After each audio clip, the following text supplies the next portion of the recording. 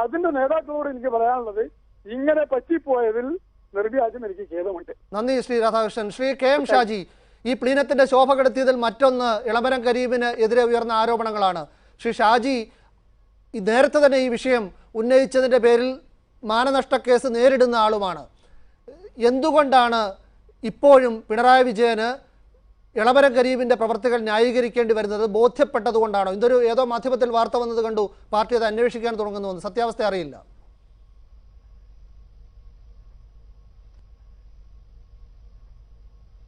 Marxist party അഭിമുഖീകരിക്കുന്ന ഏറ്റവും ഗൗരവപ്പെട്ട പ്രശ്നം അതാണ്. ഇളമരം കരീം എന്ന് മാത്രമല്ല, ഇനി ഒരു പക്ഷേ ഞാൻ പറയുന്നത് 360 കോടിയുടെ താഴെ കക്കുന്ന ആരെ ഇനി പിടിക്കാൻ കഴിയില്ല. കാരണം എന്താണ്? 360 കോടിയുടെ അഴിമതി നടത്തിയിട്ടുള്ള ആൾ പാർട്ടിയുടെ സെക്രട്ടറിയാണ്. അതാണ് മാർക്സിസ്റ്റ് പാർട്ടി അഭിമുഖീകരിക്കുന്ന പ്രശ്നം. എന്താണെന്ന് വെച്ചാൽ തെറ്റുകളെ ചൂണ്ടിക്കാണിക്കാൻ കഴിയുന്ന പ്രാഗൽഭ്യമുള്ള ഒരു ലീഡർഷിപ്പ് മാർക്സിസ്റ്റ് പാർട്ടിക്കില്ല.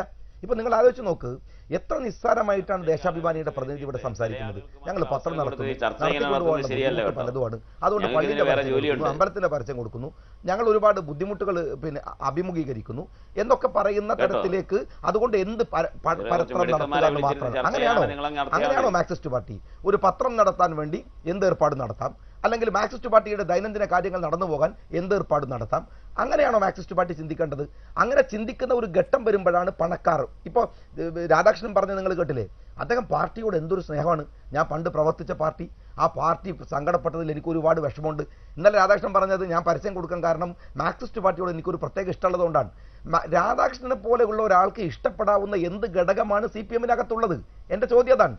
അദ്ദേഹത്തിന് ഇഷ്ടപ്പെടാവുന്ന വേറെ കുറേ പാർട്ടികളുണ്ട്. പിന്നെ നമ്മളെ നരേന്ദ്രമോദിയുടെ പാർട്ടിയുണ്ട്, അങ്ങനെ പല പാർട്ടിയും രാജ്യത്തിന് NDF-കാരൻ്റെ പാർട്ടിയുണ്ട്.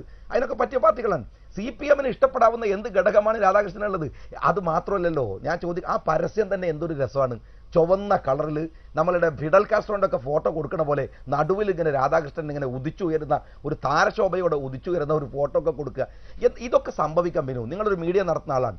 അത് ചന്ദ്രികക്ക് സംഭവിക്കാം, വീക്ഷണത്തിന് സംഭവിക്കാം, ദേശാഭിമാനിക്ക് സംഭവിക്കാം. പക്ഷെ സംഭവിച്ചു കഴിഞ്ഞ തെറ്റിനെ ഒരു മടിയുമില്ലാതെ ന്യായീകരിക്കാൻ കഴിയുന്ന മാർക്സിസ്റ്റ് പാർട്ടിയുടെ തൊലിക്കട്ടിയാണ് പിണറായി വിജയൻ ലീഡർഷിപ്പ് കൊടുക്കുന്ന പാർട്ടിയുടെ അധോഗതി. അത് തന്നെയാണ് ഇളമരം കരീമിനെ പോലെ. ഞാനിന്ന് പറഞ്ഞു, ഇളമരം കരീമല്ല, പണമരം കരീമാണ്. കാരണം എന്താണെന്ന് വെച്ചാൽ ആ മരത്തിൻ്റെ ചോട്ടിലുള്ളവരൊക്കെ നന്നായി രക്ഷപ്പെട്ടു. ഇല പൊറുക്കിയ അദ്ദേഹത്തിൻ്റെ PA ആണ് കോടികളുടെ വീടുണ്ടാക്കിയത്. അദ്ദേഹത്തിൻ്റെ മരത്തിൻ്റെ ചോട്ടിൽ തണൽ കൊണ്ടിരുന്ന ആളുകളാണ് കോടികൾ സമ്പാദിച്ചു പോയത്. അതൊരു ഇളമരമൊന്നുമല്ല, പണമരമാണ്. പക്ഷെ എന്ത് പറഞ്ഞാലും 5 കോടിയൊക്കെ പിണറായിക്കുണ്ട്. അപ്പം ഞാൻ പറയുന്നത് എന്താണെന്ന് വെച്ചാൽ മാർക്സിസ്റ്റ് പാർട്ടിയിൽ ഇനി ഒരു 360 കോടിയുടെ താഴെ കക്കുന്ന ആരും പേടിക്കണ്ട. കാരണം എന്താണ്? പാർട്ടി സെക്രട്ടറി 360 കോടിയുടെ ആരോപിതനാണ്. പിന്നെ എങ്ങനെ ബാക്കിയുള്ളവർ ശിക്ഷിക്കുക?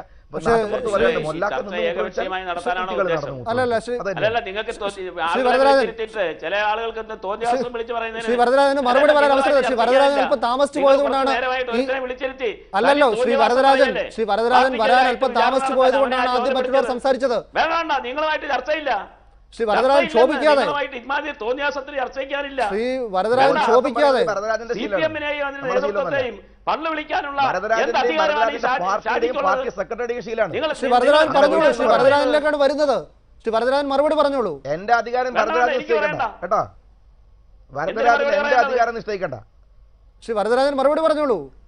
നിങ്ങള് ഈ പാർട്ടിയെ നേതൃത്വത്തെയും കുറിച്ച് തനി തോന്നിയാസം വിളിച്ച് പറയാൻ നിങ്ങൾക്ക് പറയുന്നത് ഞാൻ ജീവിതത്തിൽ ആദ്യമായിട്ട് കാണുന്നു. നിങ്ങൾക്കൊക്കെ എന്ത് തോന്നിയാസം പറയുന്നതിന് വിളിച്ചിരുത്തിയിട്ട് ഒരു സാധനം ചെവി കുത്തി കയറ്റിയിട്ട് ഞാനത് കേട്ടോണ്ട് തോന്നിയാസം പറയുന്ന പാർട്ടിയുടെ നേതാക്കന്മാരുമാണ്.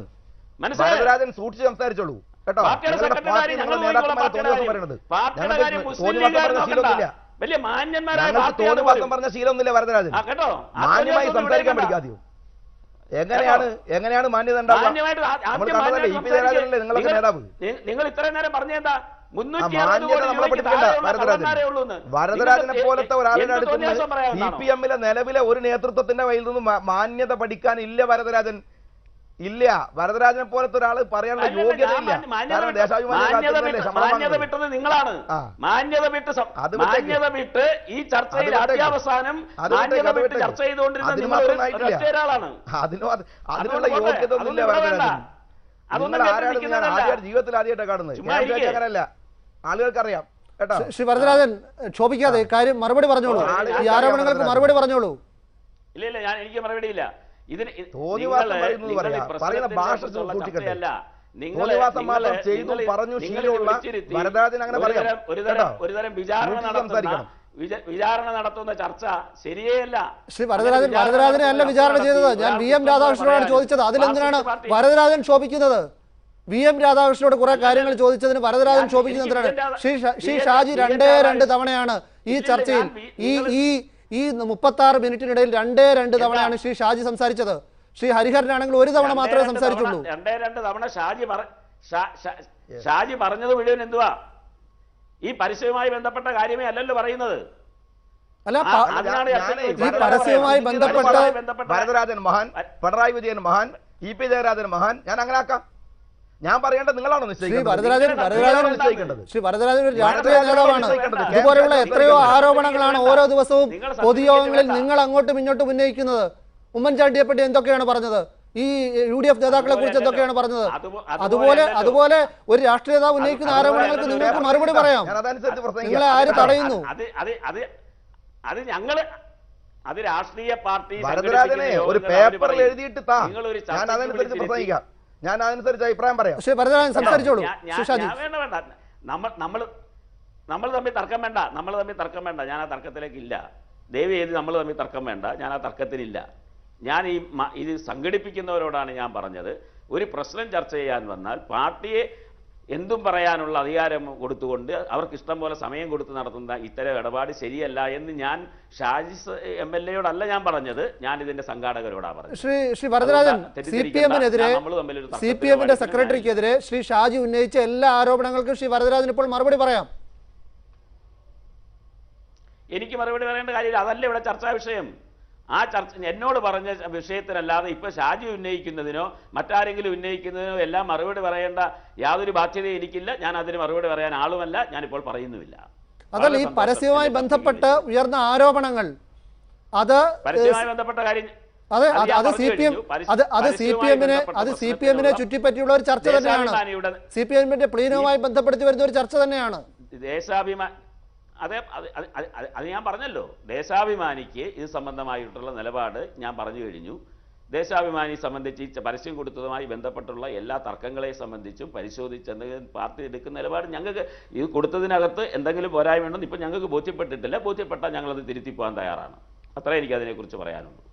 ഇനി പാർട്ടിയെക്കുറിച്ചോ പാർട്ടി സെക്രട്ടറിയെ കുറിച്ചോ പറഞ്ഞ കാര്യങ്ങൾക്ക് മറുപടി ഉണ്ടെങ്കിൽ അതുകൂടി പറഞ്ഞോളൂ. ഇല്ല, മറുപടിയില്ല. വളരെ സന്തോഷം. ശ്രീ KS ഹരിഹരൻ, ചർച്ച ഈ ഒരു തർക്കത്തിലേക്ക് പോയതുകൊണ്ട് ഇനി കുറച്ച് സമയം മാത്രമേ അവശേഷിക്കുന്നുള്ളൂ. ഈ വിഷയത്തിൽ ഇത്രത്തോളം അസഹിഷ്ണുത പ്രകടിപ്പിക്കേണ്ടതുണ്ടോ? ഇല്ല, പാലക്കാട് പ്ലീനത്തിലെ പ്രധാനപ്പെട്ട ഒരു കാര്യം കമ്മ്യൂണിസ്റ്റുകാർക്ക് വിനയം വേണം എന്നുള്ളതാണ്. പ്രകാശ് കാരാട്ട് അദ്ദേഹത്തിൻ്റെ പ്രസംഗം തുടങ്ങിയത് കമ്മ്യൂണിസ്റ്റുകാർക്ക് വിനയം വേണം, ജനങ്ങളോട് വിനയത്തോടെ പെരുമാറണം, മാനസികമായിട്ട് നല്ല ഉറപ്പുള്ളവരാണ് നേതാക്കൾ. തീർച്ചയായിട്ടും ആ പ്ലീനത്തിൻ്റെ കാര്യങ്ങൾ നടപ്പാക്കി തുടങ്ങുന്നേ ഉള്ളൂ. അതുകൊണ്ട് അത് പ്രായോഗികമായിട്ട് വരാൻ കുറച്ച് സമയമെടുക്കും. പക്ഷേ എന്തായാലും അവർക്കത് തിരുത്തേണ്ടി വരുമെന്നാണ് ഞാൻ കരുതുന്നത്. പിന്നെ തെറ്റുതിരുത്തൽ ഇതിൻ്റെ ഒരു പ്രശ്നം പാലക്കാട് പ്ലീനം എന്നുള്ളത് പാലക്കാട് നിന്ന് ആരംഭിച്ചാൽ അത് ഹൈദരാബാദിൽ 2010 നടത്തിയ ഒരു വലിയ എക്സ്റ്റൻഡഡ് CCയുടെ തീരുമാനപ്രകാരം തെറ്റുതിരുത്താൻ വേണ്ടി സംഘടിപ്പിച്ചാണ്. 2010 കേരളത്തിൽ പഞ്ചായത്ത് മുനിസിപ്പൽ തെരഞ്ഞെടുപ്പിൻ്റെ കാലമായതുകൊണ്ട് കേരളത്തിൽ ആ രീതി നടപ്പാക്കാൻ പറ്റാത്തതുകൊണ്ടാണ് ഇപ്പോൾ പാലക്കാട് പ്ലീനം ചേർന്നത് തെറ്റുതിരുത്തൽ രേഖ ചർച്ച ചെയ്യാനും നടപ്പാക്കാനുമാണ്. തീർച്ചയായിട്ടും തെറ്റ് തിരുത്തണമെങ്കിൽ തെറ്റുകൾ ചെയ്തുകൊണ്ടിരിക്കണം. അതാണ് ദേശാഭിമാനി ഇപ്പോൾ ചെയ്യുന്നത്. ഇന്നലെ ഒരു തെറ്റ് ചെയ്തു, അടുത്ത ദിവസങ്ങൾ വേറെ ചെയ്യും, ഇനി അവർ തിരുത്തിക്കൊണ്ടിരിക്കും. തീർച്ചയായിട്ടും ഈ തെറ്റ് തിരുത്തലും തെറ്റ് ചെയ്യലും തുറന്ന് പോയിക്കൊണ്ടിരിക്കും. എന്തായാലും CPM-ന് അതിനെ ബാധിച്ചിരിക്കുന്ന ജീർണതയിൽ നിന്ന് രക്ഷപ്പെടാൻ കഴിയുമെന്ന് ഞങ്ങളാരും കരുതുന്നില്ല. രക്ഷപ്പെടുകയാണെങ്കിൽ നല്ലത്, അവർക്ക് നല്ലത് എന്ന് മാത്രമേ ഇതിനെക്കുറിച്ച് പറയാനുള്ളൂ. വളരെ നന്ദി ശ്രീ ഹരിഹരൻ, ശ്രീ KM ഷാജി, ശ്രീ K വരദരാജൻ ഈ വിഷയത്തിൽ പ്രതികരിച്ചതിന് ശ്രീ VM രാധാകൃഷ്ണൻ.